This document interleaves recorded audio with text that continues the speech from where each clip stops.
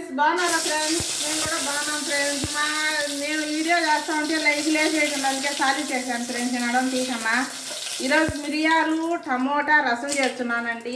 జీలకర్ర, మిరియాలు, ఎండుమిరకాయ కొద్దిగా వేయించి దోరగా దంచేసి నుంచి టమోటా, కొత్తిమీర, కరింపాకు పచ్చిదేనండి అన్నీ బాగా పిసికేసి కరవ పసుపు వేసి అవైనా తిరగబాత గింజలు వేసుకొని రసము తిరగపోసుకోవాలండి.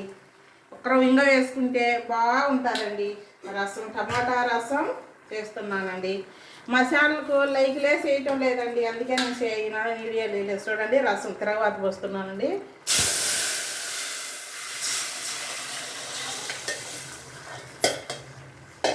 వేడి అన్నంలోకి బాగుంటుందండి రసం. చూడండి టేస్ట్ అదిరిపోయిందండి రసం. ఇదండి ఈరోజు మునక్కాయ ఎండు ముక్కలు, మటన్ ఎండు ముక్కలు అండి, ఇంకా ఉడకలేదు.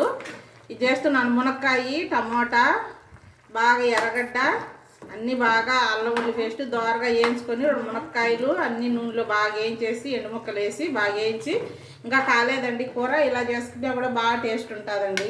ఈరోజు ఈ కూర చేస్తున్నా, రసం చేస్తున్నానండి. రసం ట్రై చేయండి, బాగుంటుంది టేస్ట్ అండి.